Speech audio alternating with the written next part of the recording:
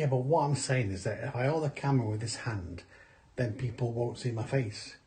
I mean, that's an improvement, you cheeky get. Hey, how you doing? Paul here from Haunted Magazine / Haunted Live. Well, I say Haunted Live. At the minute, we're a bit like One Direction. 4 attractive guys idolised by millions. On a bit of a break.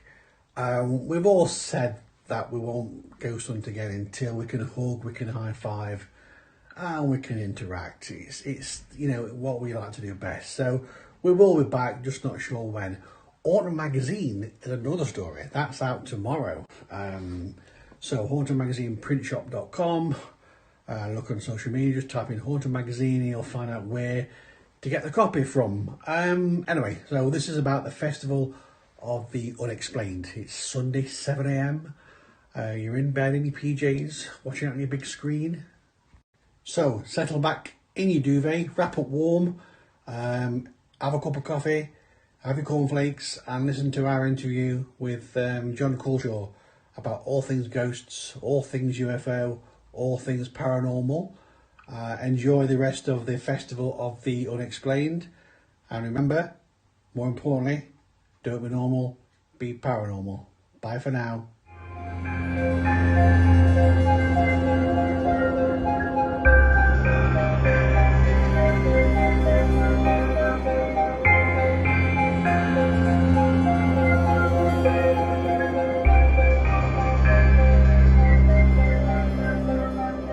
Listen, thanks for taking time out of your day to chat and talk about all things UFO and paranormal. Oh, it's a great pleasure. It's a great pleasure. Thank you for having me. Well, I'm just delighted you'd ask. Really, it's amazing the new sort of avenues that simply writing the foreword throws up. I want to ask, how did that come about? How did Board approach you? How did they get in touch with you to do that? It came about. I think I was just scrolling the Twitter feed, as we tend to do these days, having a feeling that life is ebbing away whilst you're just going like that, But there was a post from Reece Shearsmith about writing the foreword for the Ghosts edition. And I remember buying that book at a jumble sale in Ormskirk in 1977 when I was 9. And it was absolutely just magnificent, this book. It was absolutely the sense of logic, the sense of the stories, the sense of how ghosts seem a lot of the time to be relating to unfinished business. There is something still to do, something still to say in order to achieve settlement. And it was fantastic. It wasn't just as John Pertwee's doctor said in the Day of the Daleks story, it's more than as clanking chains and chilly fingers. There was a lovely logic to it. So that was the Ghost edition, and the UFO edition I had also bought, and it was in that certain section in the school library, the bit that we always used to go to, paranormal and sort of interesting science things. Well, I'm 51, so I'm close to your age. So I remember school libraries. I'm in books like that. When I used to get it out every 3 weeks. In the end, after about 6 months, they gave it to me, and they said, "No, no one wants this. You just take this book." Yes. But, that was always the section I went for. That was always the section that I went to, made a beeline for. I think it's the first book, John, that I remember being about subjects like ghosts and UFOs, aimed for kids, written for kids. Yeah. Telling a story, like you said, unfinished business, and talking about, even, I think it's the ghost one, mentioning how fake ghost. So it wasn't telling you this is real, this is to be believed in, this is written for you to make your mind up as to what it's about. I mean, there seemed to be a tone. If you could put a voice to those Osborne books and the Unknown series in particular, if you could put a voice to it, it would say, right, okay, so this is what seems to be going on. Now let's have a look at this. Let's see what this could be.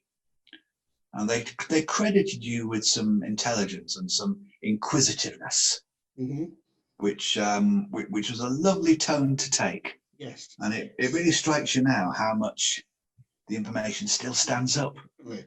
Oh yeah. It's rock solid.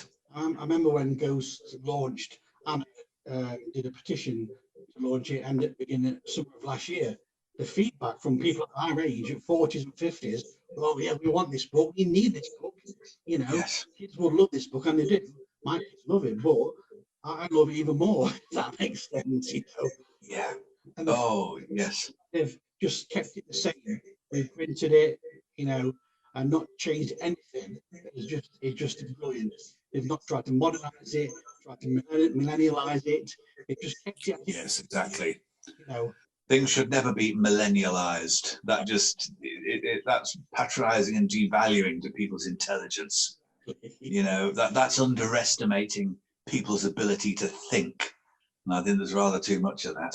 So did you have interest in UFOs before that? That book was the Phoenix, the awakening of it, or not for you? I had an interest in UFOs for as long as I can remember. Yeah. The world, for me, the world is always at its best when there is a sense of wonder and a sense of the impossible, the paranormal, the mysterious.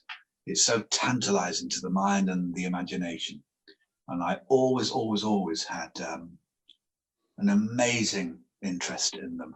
I used to sort of make my own. My mum had an oval-shaped makeup mirror. And if you sat in the right place on a sunny day, you could make your own UFO around the house like that and sort of move it around the windows in this sort of way. I used to do that.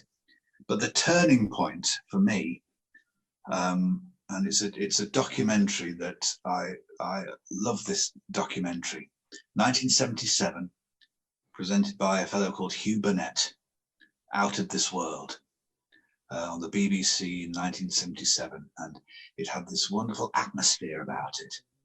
This program, like a factual Quatermass, I like to describe it as, and it was just so wonderfully mysterious. So many different chapters to it. George King and the Aetherius Society were featured in it, and they had what looked like a camera tripod, right, with a sort of a plastic device which looked like a sort of a prop for early Doctor Who.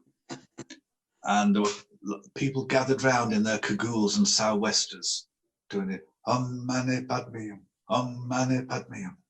And then people would step up to this prayer box, they called it, and they would chant, "Blessed are the wise ones, for they walk through a dark and ignorant world, spreading their light." Did you see all this? And no, I didn't, John. Sorry, I need to. I'm going to catch this again. They were wonderful characters, so full of this belief that they had.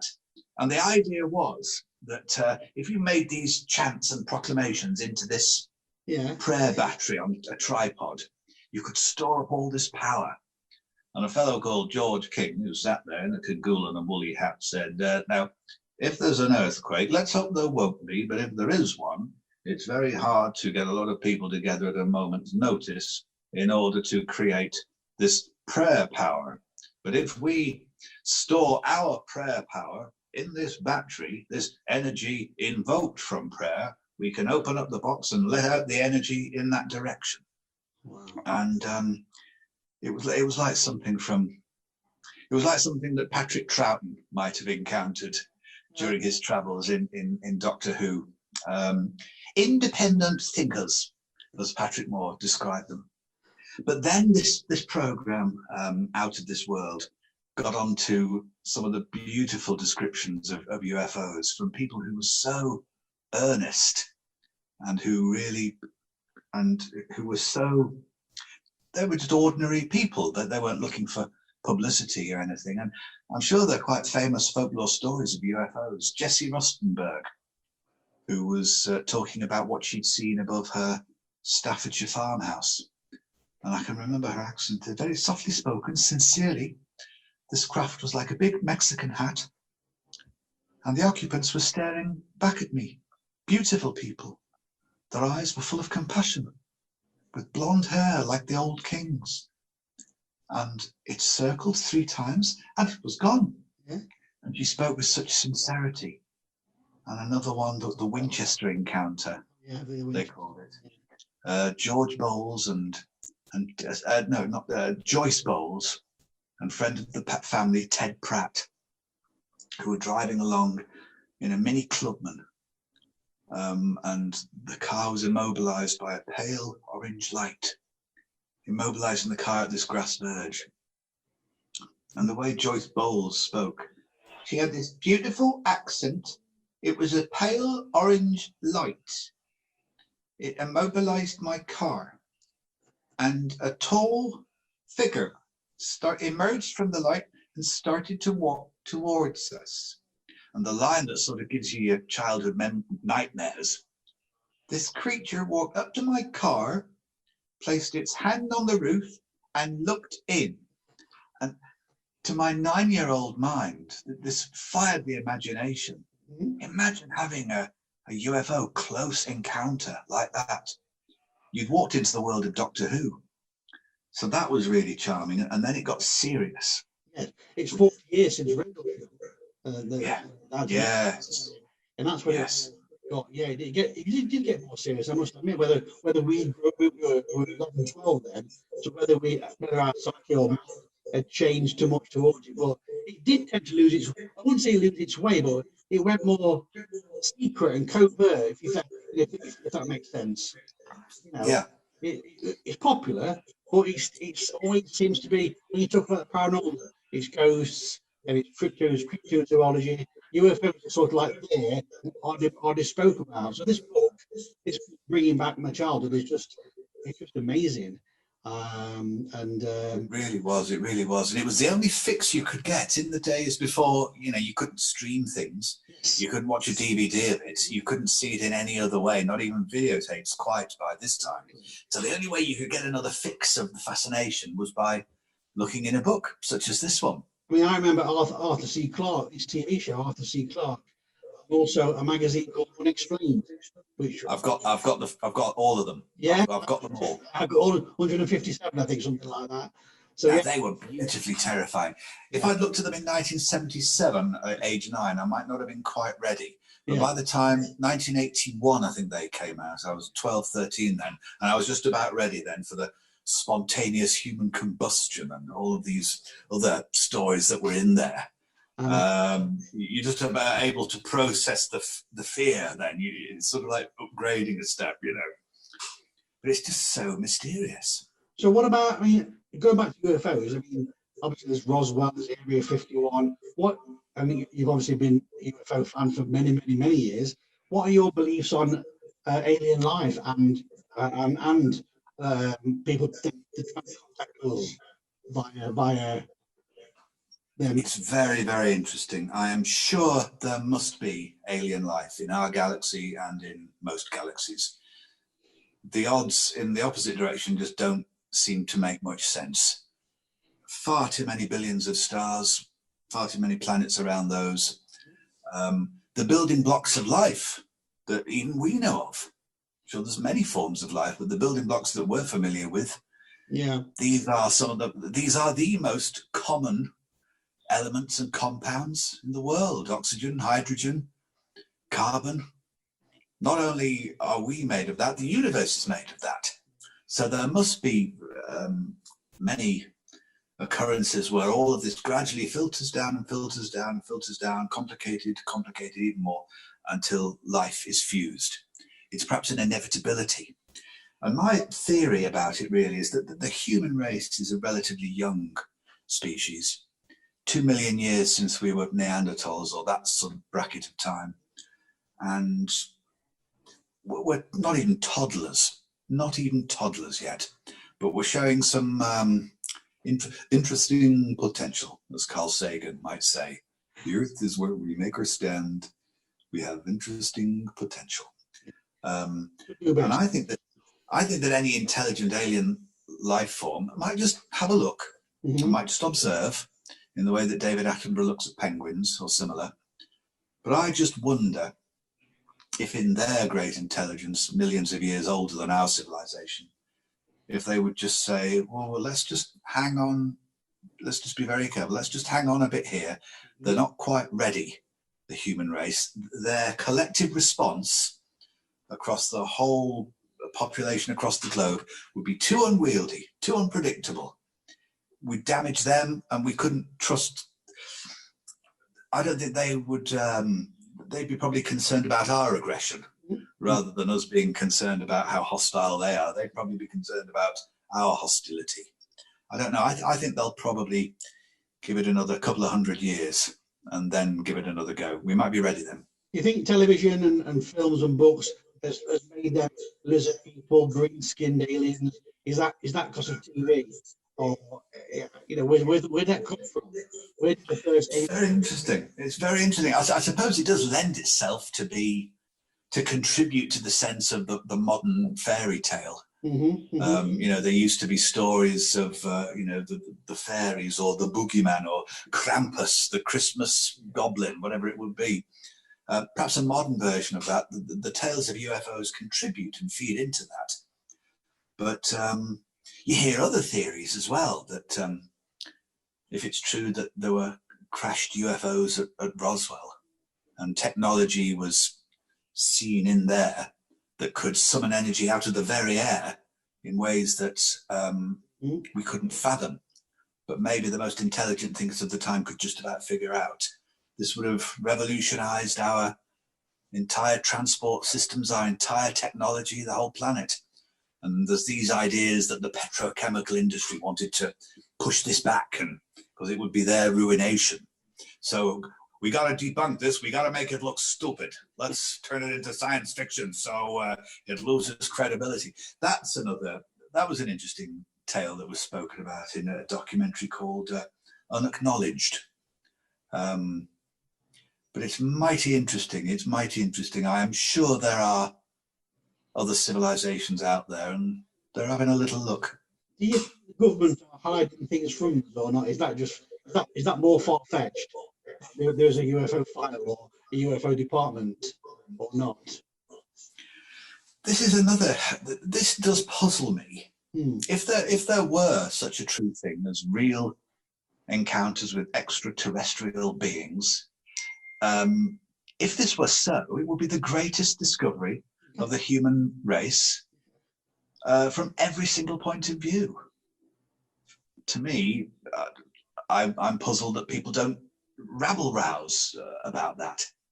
But it also takes us back to that wonderful documentary Out of This World and an interview with a mighty interesting fellow on there, Gordon Crichton, a very intelligent fellow, an ex-diplomat, spoke many different languages, 7 or 8 languages, maybe more.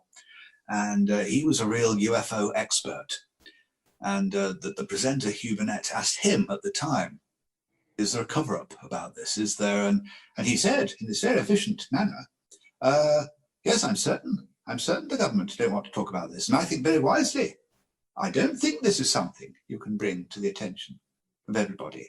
Wow. I think if people knew what I know about this subject, they might be very alarmed, very alarmed. And you just think, wow, that's another thing that stays with your childhood imagination. I'd love to play him in a movie. Brilliant character.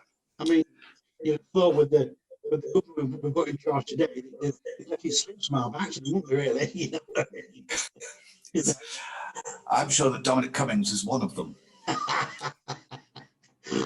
I think that he is one of those creatures. The Hopkinsville goblins, I think, were biological entities which were grown in a laboratory in what we might call stem cell research. They were creatures grown to serve some other set of extraterrestrials. It's a perfect time for Split Image to come back, isn't it? Perfect. Oh, I think so, yes. I hope it can take it. I'm looking forward to that, yes. Going back to the book, I mean, I don't know if you finished your story about how Osborne contacted you. You mentioned you saw on Twitter about reaching for the ghost. Did you approach Osborne, or did you say to Anna on tweet, I love UFOs, I'd love to be involved in any way, shape or form? How did it happen? I think the way it came about, it was simply in that thread. It was simply in that thread. I'd mentioned that I was looking forward to the Ghost edition coming back, and looking forward to reading Reese's foreword. And I think I mentioned the UFO version as well. I think I posted a picture of my own copy and said, amongst with many others, how about this one? And this seemed to be all part of the momentum. And soon after, Anna asked me to write the foreword, which I. Sorry, the third one is Monsters. That's the third one. Yeah. Across next year. I mean, that will complete the trilogy. Although I remember a book called Supernatural World back in the 70s as well. It's like a A5 size, and that was 3 sections as well. But yeah. I think Osborne, like you said, Osborne were the purveyors of that type of publishing for our generation. Yes, they really were. My kids I loved all of their spotters' guides and all these wonderful factual books that really did chime with the way your curiosity and inquisitiveness operates as a child when you're discovering and thirsty for energy, thirsty for information with that certain kind of energy. And Usborne provided you with this. And that same tone of factuality, the way they applied that to this World of the Unknown series, saying, now we don't know all about this, we don't know everything that's going on, but let's have a look at it and let's just see. It gave a credibility to the subject and to you as the reader. And I think that's why it stands up so well now, that they judged it tonally just right. Yeah, and I think even though the paranormal's massive now and bigger than it ever was, the book is still in its place. I've read Ghosts and UFOs since they've come out, and they both still resonate with me, as I'm sure they do with you. And it's like, although you're 40 years older, you're still reading it and soaking it all up and remembering it all. But yes, also learning more. It's definitely saying you learn more as well. You learn how to think like a kid and be like a kid as well in the growing world. I mean, going back to the ghost one, I mean, have you seen a ghost? Have you got a ghost story at all? Oh my goodness, I think I have. Yes, I think I have. Quite a few, actually. Quite a few. I'd love to know what ghosts are. A great friend of mine, sadly no longer with us, was a wonderful fellow and a renowned ghost investigator by the name of Graham Wiley. A wonderful chap, much missed. And he had the most wonderful voice. And he would speak in this way, and he would tell many, many fantastic tales about encounters that he had. I'll recall one of them in a moment. A very interesting, whether it's a ghost story or whether it's a coincidence, I don't quite know. But it's a longish story, but bear with me. My local pub when I lived in London, one of them was the Magdala in northwest London, opposite Hampstead Heath Station, Overground Station. This was the pub where Ruth Ellis, where the shots were fired and so on, and she was the last lady to be hung in Britain. And it all took place outside that pub. So the pub has a certain notoriety for that. But my experience that happened in there, it starts on a Friday night. I'd been hosting a charity event in aid of Marie Curie Cancer Care at a place called the Galtimore Club in Cricklewood. I'd been hosting the event. Chaz and Dave had been the musical, the musical entertainers, and it had been a fantastic night. Lots of money raised, all wonderful. So this was on the Friday night. On the Sunday afternoon, myself and some friends are in the Magdala pub, and we were talking about what a fantastic night this had been. Yeah. And a friend of mine, Bob the Butcher, he is from the butcher's shop on England's Lane. And he talks like that. What a lovely night that was. What a great night. Great crowd. They were amazing how much they raised. Chaz and Dave, weren't they brilliant? They had everybody dancing for 2 hours non-stop. They were absolutely brilliant, Chaz and Dave. How about that?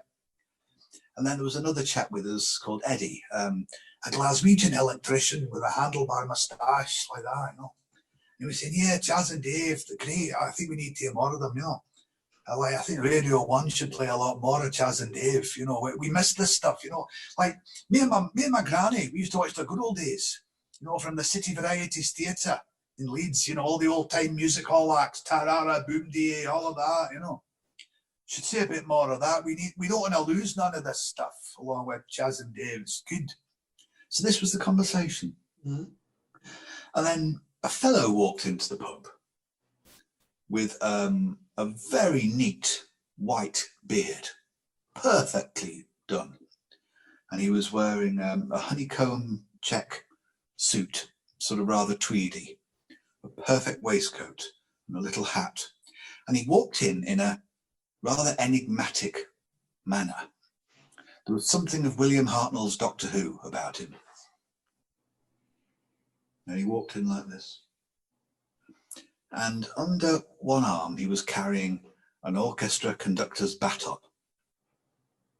And he placed this on the bar. We thought, well, that's quite an unusual thing. And then under his other arm were two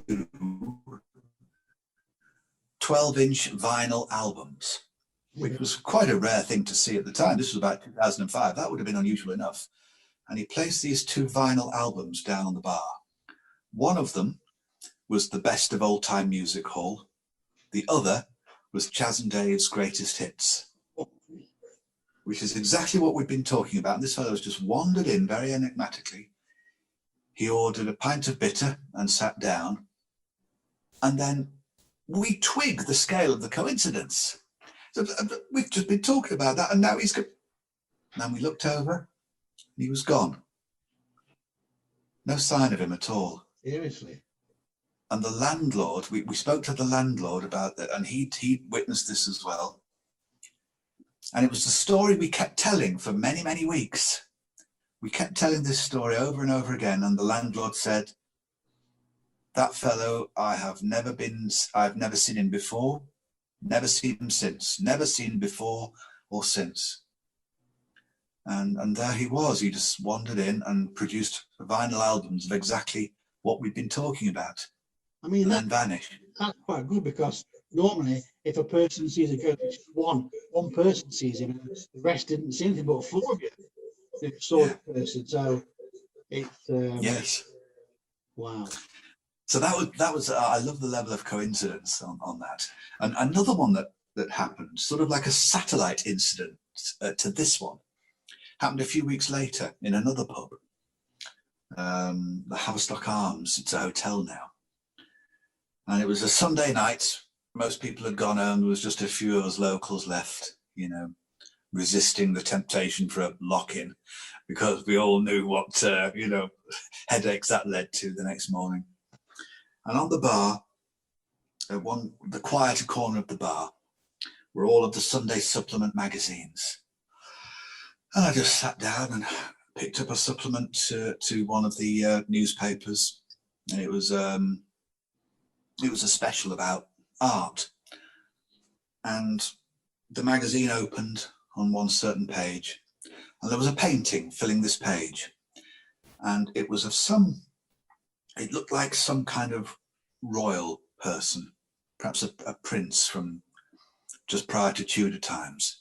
And he was posing there, very much in the style of those paintings, like that, you know, in a blue royal-looking gown with a sort of a beard, hair back like this, dark hair. And something just made something in my instinct told me, look up. And I did. I looked up, and the picture behind the bar was this very same picture. Yeah. The very same one, looking down at me like that. And the page just fell open like that. So that was quite an interesting thing. Maybe these people like to draw attention to themselves in any small way. We'll just go like that. I mean, it's like one of the ghost books that I've talked about in the past mentioned Borley Rectory and Harry Price. Oh, yes. Harry Price, the son, is a genius, on the other hand, is a fraudster. So it just shows how weird the paranormal world is. You know, I love Harry Price and Borley. I love the story and everything, but I think it's the paranormal world. I mean, you mentioned science. We talked about science and paranormal. Do they make scientists try and prove the paranormal? Nobody proved it one way or the other after 150 years. So Arthur loved it, you know, that kind of thing. Charles Dickens and the Ghost Club with Lovecraft, Dickens, and you know, telling ghost stories back in the day. I mean, it's you know, we think it's modern, but it's not. What these ghost stories are hundreds and hundreds of years old. I mean, there's always been that little predator and prey between science and the paranormal in a sense. Things that were paranormal to generations hundreds of years ago are not paranormal to us. We now know what's going on. If you were to describe an email or Bluetooth to Henry VIII, that would be utterly paranormal. It would be witchcraft. And you'd probably be burned at the stake for it. But now we know this. I'm looking forward to the time when everything that we consider to be paranormal now is solved, and we do know what it is, and we know what ghosts are, and so on. I do wonder if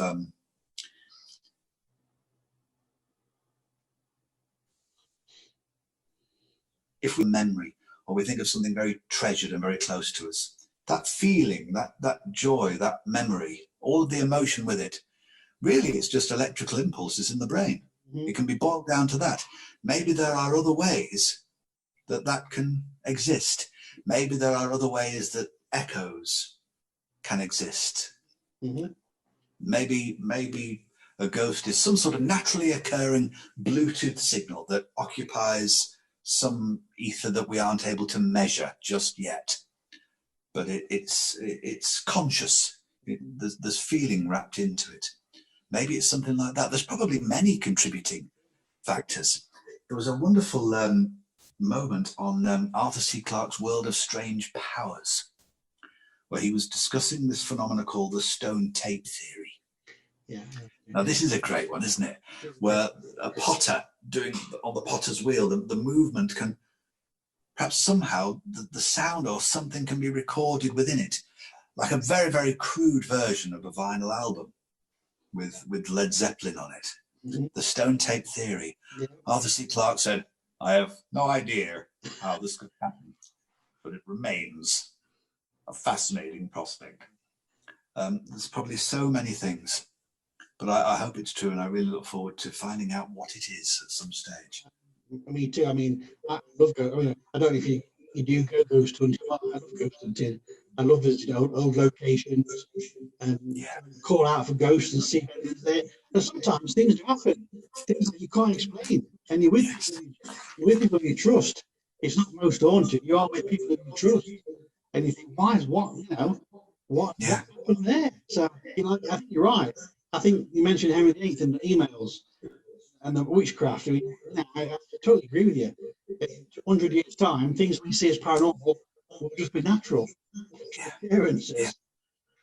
There's something about that, as you describe it there, the wonderful atmosphere that you get on a ghost hunt. In the mid-90s, I worked at a Blackpool radio station called Radio Wave. Wonderful name for a station. And this is not far from Goosner and the wonderful Chingle Hall. And we did some overnight broadcasts from there, and it was so much. It was so enjoyable. The wonderful medieval atmosphere of alchemy and wonderment, and we had some fantastic people along with us. Psychics, a psychic called Paula Paradima, who was wafting along there with her, red hair, wafting along, calling out, "Anybody there, sweetie? Is there anybody there?" It's going cold. It's Lady Eleanor. She's calling. she's calling. I was not mad. I was not mad. She's feeling this injustice. Do you understand me? And off they go. And another lady who's a friend to this day, called Sally Wallbank, who she would describe how she was bioelectrically sensitive. Within her hands, she was able to. She could fuse lamps and stop cash machines from working, stop the till from working. Almost, she had this electrical power to disrupt things. She would often describe. But they're just fabulous characters. They really are fabulous characters. And the atmosphere at Chingle Hall was quite amazing. I was in my early 20s when we did that. Yeah. And that was where one of those shows we invited along the wonderful ghost investigator Graham Wiley, who, by Jove, he told some stories of encounters that he'd been on, which were, some of them were terrifying, like a Hammer horror film. But I'll do one of those later if there's time. Yeah, definitely. I mean, as I say, and people say UFOs, ghosts, monsters, they're all separate, but to me, they're all under the big umbrella of the paranormal. You know, the weird, the wonderful, the strange. You know. Yes. Yes. Kind of Cryptozoology often mixes a bit of each, doesn't it? There's something quite ghostly about that. Yeah. There's also something of the undiscovered monsters and the sense of them perhaps being aliens mixed in. Yeah, I mean, cryptozoology is massive in America because obviously it's a bigger country, but we've got Loch Ness, we've got the Beast of Bodmin Moor, that kind of thing around here, you know. But and then of course you've got Alistair Crowley, if you took him in as well, and the black, you know, the black magic and all that. It's just so many branches. And I mean, going back to mediums, you mentioned mediums, John. What's your take on mediums? I mean, do you believe that they can actually communicate with spirit life? Have they got a guide they can ask questions to?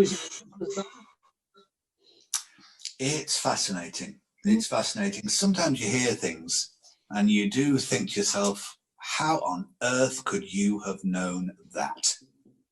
How on earth could you possibly have known that? It's also very interesting, the aspects that Derren Brown talks about, showmanship and misdirection. Yeah.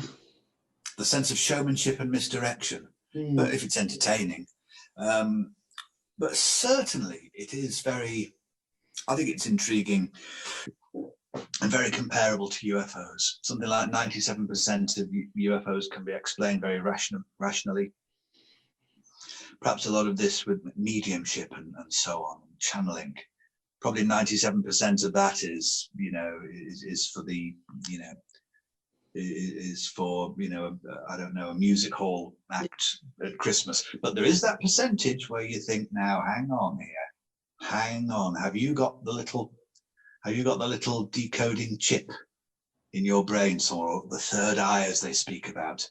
Have you got something there? Because there are some along the way who, you know, are quite extraordinary. Yeah, exactly. Maybe there is just a special, you know, sky dish that's fitted there that gives you a line to somewhere else. Yeah, I mean, I know. Back in the day, Conan Doyle tried to, at High Price, they tried to evaluate mediums and see if they were genuine or not. Ectoplasm is another thing. Ectoplasm, just soiled cheesecloth at the end of the day. But you know, it's I just think it's a wonderful subject. I can see your passion for it, John. And I can see your love for it. And you know, going back to the book, I mean, I presume you've got a copy of the new book. Yes, I have. As I say, it's just to see it. It takes back. It's like time travel. It really is like time travel. Yeah. And I remember when Ghost came out, Anna said, "We're not going to change a word. Not going to change a cartoon. Not going to change anything. Just a forward by Reese for the Ghost one." And it did, true to the word. And it's a generation like yourself and myself. It's just amazing to see out there again. But like you, I've got the original still, and it's in a polythene bag. I don't let my kids touch it. You know, yes, you know, it's wonderful. I've got my original one, and I've put it next to the new one. And if I was to tell my 9-year-old self, you know, that this book that I carried around everywhere with me, used to do the drawings out of it, used to, get felt tips and pencils and just draw whatever I saw in there. This was a way of expressing it at the time, expressing your interest. If I could say to my 9-year-old self, 40 odd years from now, this book will be out again and you'll have written the foreword for it. Well, quite frankly, that would have been paranormal to me. I said that as Patrick Moore, I don't know why. Watching a Patrick Moore with you many years ago, where you were double, and he tried to get the better of you, but he tried to sort of like outdo you. Oh yes, exactly. Yes. I thought this was amazing. I think I was the mischievous twin that he'd never had, and he was relishing in it. But, he was. I mean, talking about impressionism, you mentioned Henry VIII and emails. Maybe back in the day, impressionism would have been witchcraft. Yes. Aye, it is the devil-throated one. Aye, he speaks as people who are not he. Sounds like the devil's work to me. Watching Mike Yarwood, and then Phil Cool came on the scene, and this guy could change faces like there's no tomorrow. Oh yes, wonderful Phil Cool. Yeah. He knew exactly where to stand next to the person. Yeah. And in that lovely Lancashire toner. Oof, that actually hurt. Growing up, did you do impressions as a kid? Did you watch like Mike Yarwood and things like those? Oh yes. I always watched Mike's show. Mm-hmm. Such a genius and so smart, because all the other impressionists tended to just copy Mike. Yes. They said, "Ooh, Betty," and "You dirty rat," and what have you. They sort of did the things that Mike was doing, but Mike was the original, not only in how he interpreted the characters, but also because he was the first to be let loose with all that technology and the multi-cameras, the split screens, and he had the nous and the instinct to work it in this wonderful way to create the feeling of a plethora of characters. So yeah, I never missed a Mike Yarwood show or a Phil Cool show in my early 20s. It's a wonderful thing to just possess. How old were you when you first knew you could do impressions? You could copy and mimic people. Were you a youngster? Yeah, I think I was about 6 or 7. Yeah. I would copy a lot of people who just lived around the town. Yeah. Wonderful characters who could have been written by Les Dawson or Alan Bennett. There was the Charlie James, the painter. You're right, lad. Yeah, you're right. And there was a chap who worked at the local mushroom farm called Tommy Shack. But yeah, this was like that. The words were strange, but one understood the meaning somehow. And my first famous person off the television that I impersonated was Patrick Moore. One afternoon, watching the sky at night, I was off school for some reason. I think I had a cold. And there was Sir Patrick Moore talking about the crescent moon and lunar eclipses. Not quite as spectacular as the total solar eclipse, but they do have a quiet beauty all of their own. Next week, pulsars. And I was just hooked then into not only doing impersonations, because he was such a vivid, eccentric, brilliant character, but also amateur astronomy. And that program sparked 2 interests together on the same day. Obviously, you've been doing impressions for many years now. Brian Cox is just amazing. Is there somebody you have to study them for a while on, or it just come naturally to you, John? Some of them you study. Professor Brian Cox he's so distinctive and recognizable in the way that he describes these. I once asked. We had done. We'd appeared on the 700th edition of The Sky at Night. I remember. And each of us, we were in the same car getting a lift back from Chelsea back to London. And the subject turned to ghosts. And I said to Brian, as a particle physicist, do you think that ghosts are just some sort of wave, echo, some kind of wavelength that we can't measure yet. And in a very considered way, he said, I would say no. I would say no, because the particles we can actually measure to this level. So if they were operating in that manner, we would be able to measure it. Wow. So I think they must be just somewhere else then. Yeah. I think a lot of it is we want this stuff to exist because it's so tantalizing. Everybody loves a good mystery. Yeah. Is there anybody you can't do? Have you tried and you can't do? David Cameron was quite, just a bit anodyne. And as Andrew Neil said, the gene pool of politicians at the moment is not terribly strong. So that many of the politicians are quite dull. David Cameron, Dominic Raab, Matt Hancock. You sort of like you've got Boris, Gove, and not too many others. So how can you mimic mimicry? You know what I mean? So how can you make something laughable that's already laughable? You know what I mean? So yeah. I think the writers of Dead Ringers and Bill Dare, the way he judges it and has the feel for it, gets it absolutely right. Because on Dead Ringers has an attitude of its own. It's not just the gags or the sketches, the impressions. It's got an attitude of its own, which is on the side of the audience, which is on the side of the listener, which is sort of saying, we're with you on this. We've got our basket of tomatoes, old cakes, and we're ready to throw them. And the gags will write to go along with it will be beautiful as well. So we as the performers, myself and Jan and Deborah, Duncan and Lewis, we feel very lucky to have the chance to perform the material of the Dead Ringers writers. I mean, I remember my granddad telling me years ago on the radio, there was a ventriloquist. I'm like, how weird's that? Oh yes, Educating Archie. Yes, Educating Archie. That was the program. The ventriloquist once asked somebody, "Now, can you see my lips moving?" And the answer was, "Only when the puppet's speaking." only when Archie is speaking. Yeah.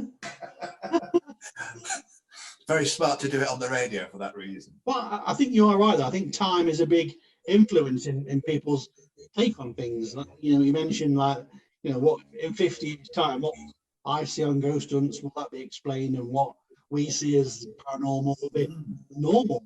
I just yeah. I What's the most bizarre thing you've ever seen on one of your? Well, not actually on a ghost hunt. I was I worked at night in a call centre many years ago, in my 20s. And I was on my own. I went to the night shift, 9 till. Oh, you see, already that's got me. Oh, I'm imagining you there and I'm smoked already. I did 9 p.m. till 7 a.m. on my own, and it was apparently an haunted building, an old mill, a 1750s mill, and I'd never experienced anything before. I must have had a late night the night before, so I found myself nodding off about 2 a.m. And I remember woke up to a jolt, and I woke up suddenly. How long I've been asleep for, and all these Victorian children, were looking at me, about 20 of them, and I shit myself, literally, in my French.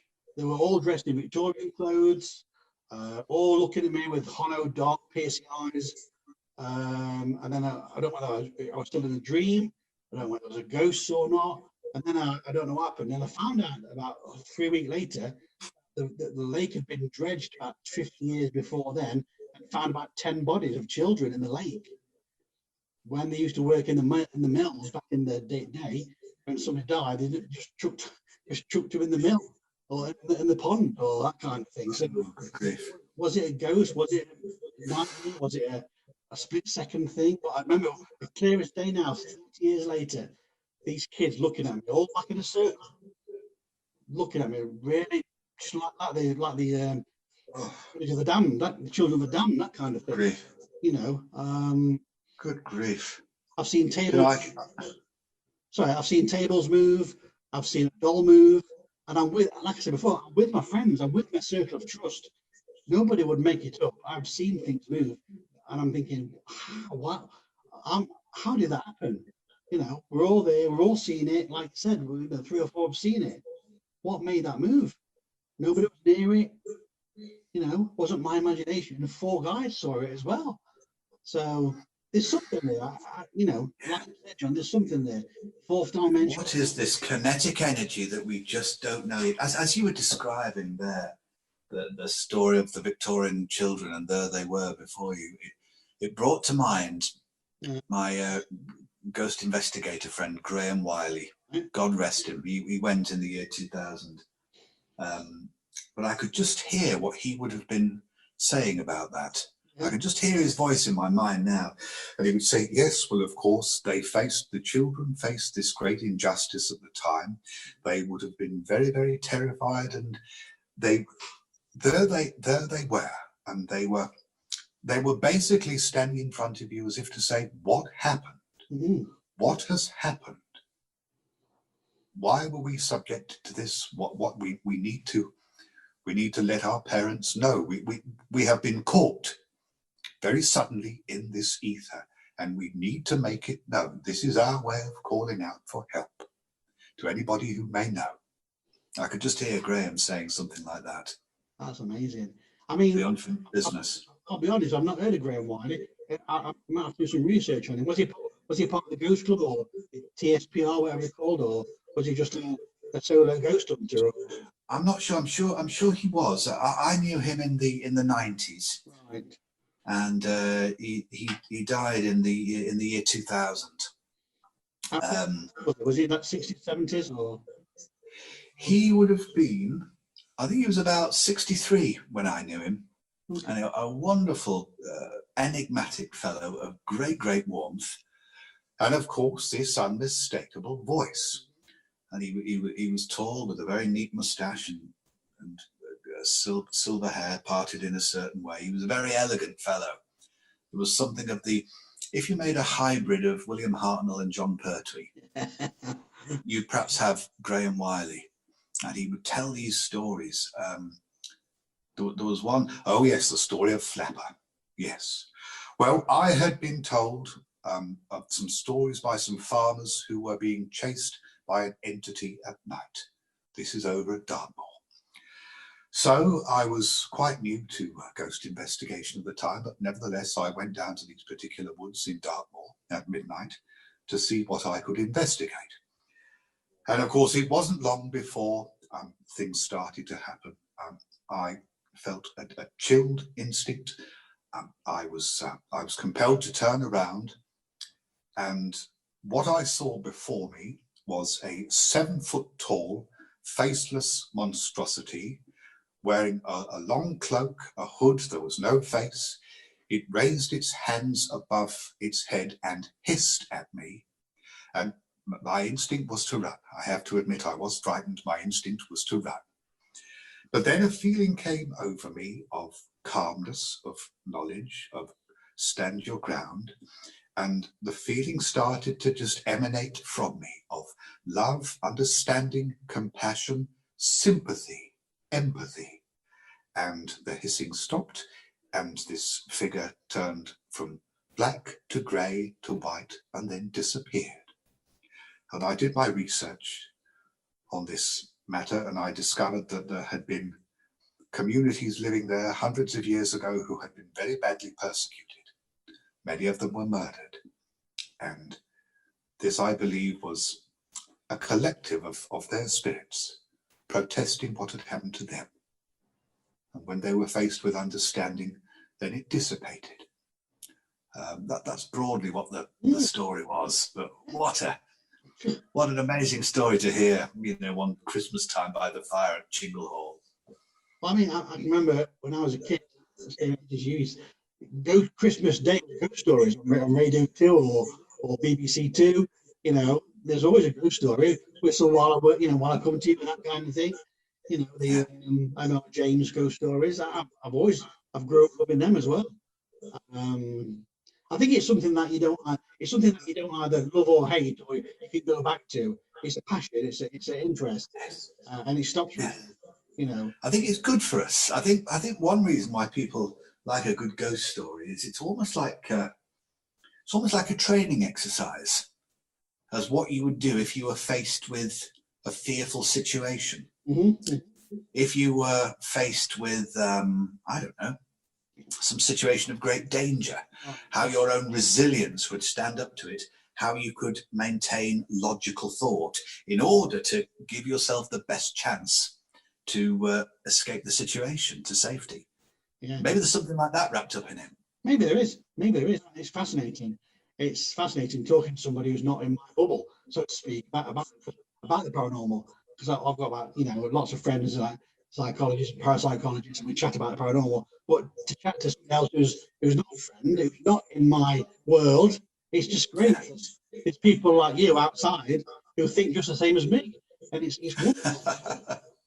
It is. I always, when we did those outside broadcasts at Chingle Hall, yeah, I remember I made sure that I wore a burgundy velvet jacket and that I had a shirt with a quite distinct collar, a little bit of a frill to it, and I wore a long black coat.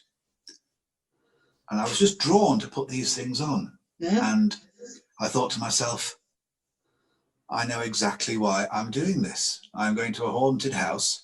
I will feel better protected if I look like John Pertwee.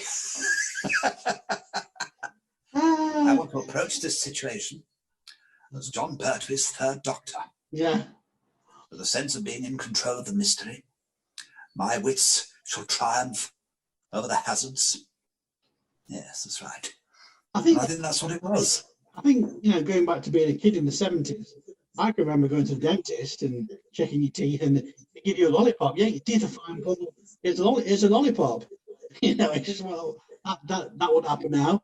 Remember the cereal boxes? You used to open them up and get a plastic toy in them. That wouldn't happen. Yes. Yes. 70s. Exactly. If you're a kid in the 70s, I think you're pretty more savvy than most kids are. Exactly. You're at that age where technology hadn't, like BBC computers weren't around then, so you were at school without computers. So but no, it's amazing, John, and it's an absolute pleasure to talk to you, sir. Really is. Oh, you too. All that was missing was a pint. You never know. When normality happens ever again, you never know.